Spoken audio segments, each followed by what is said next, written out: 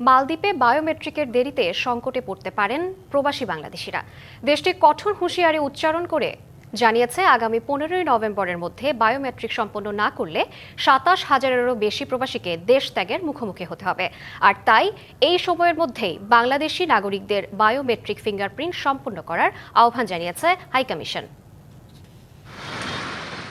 স্থানীয় গণমাধ্যমের তথ্য অনুযায়ী গত বছরের মে মাসে অপারেশন কুরাঙ্গির উদ্যোগে মালদ্বীপে শুরু হয় বায়োমেট্রিক নিবন্ধন কার্যক্রম। ন্যাশনাল সেন্টার ফর ইনফরমেশন টেকনোলজির অধীনে জব সেন্টার উপস্থিত হয়ে তথ্য হালনাগাদ বাধ্যতামূলক করা হয়েছে। মৈজ প্রশাসন 3 বছরের মধ্যে অবৈধ অভিবাসন নিয়ন্ত্রণে পূর্ণাঙ্গ কাঠামো বাস্তবায়নের লক্ষ্য নিয়েছে।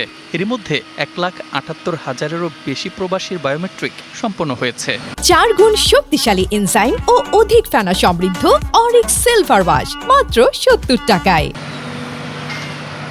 মালদ্বীপের হোমল্যান্ড সিকিউরিটি মন্ত্রণালয়ের নির্দেশনায় অভিবাসী সুরক্ষা নীতি বাস্তবায়নের অংশ হিসেবে চলছে বিদেশি নাগরিকদের তথ্য সংগ্রহ। ভবিষ্যতে নানা প্রশাসনিক জটিলতা এড়াতে এ প্রক্রিয়ায় মালদ্বীপে কর্মরত বাংলাদেশি প্রবাসীদের দ্রুত বায়োমেট্রিক ফিঙ্গারপ্রিন্ট সম্পন্নের আহ্বান জানিয়েছে হাইকমিশন। ডেডলাইনের ভিতরে আপনারা রেজিস্ট্রেশনটা করেন, নিজে দেশের আইন মানেন। আমরা যেন প্রবাসী হিসেবে আমরা আমাদের সকল আইন মানতে পারি, থাকতে পারি, এবং আমাদের থাকার উপরে আমাদের বাংলাদেশে আমার পরিবার নির্ভর করছে। বৈধ কারণ ছাড়া নির্ধারিত সময়ের মধ্যে বায়োমেট্রিক না করা সকল বিদেশি নাগরিকের বিরুদ্ধেও কঠোর আইনানুগ ব্যবস্থা গ্রহণের ঘোষণা দিয়েছে সরকার। তাই প্রবাসীদের মধ্যে বিরাজ করছে আতঙ্ক।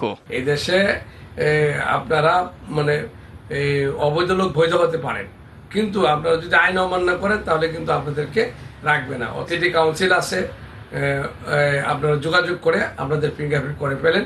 আমিও ফিঙ্গারপ্রিন্ট দিয়েছি এবং আমাদের কোম্পানি সবাই দিয়েছে। আগামী নভেম্বর পর্যন্ত সরকার মেয়াদ দিয়েছে, আপনারা সবাই ফিঙ্গারপ্রিন্ট দিবেন।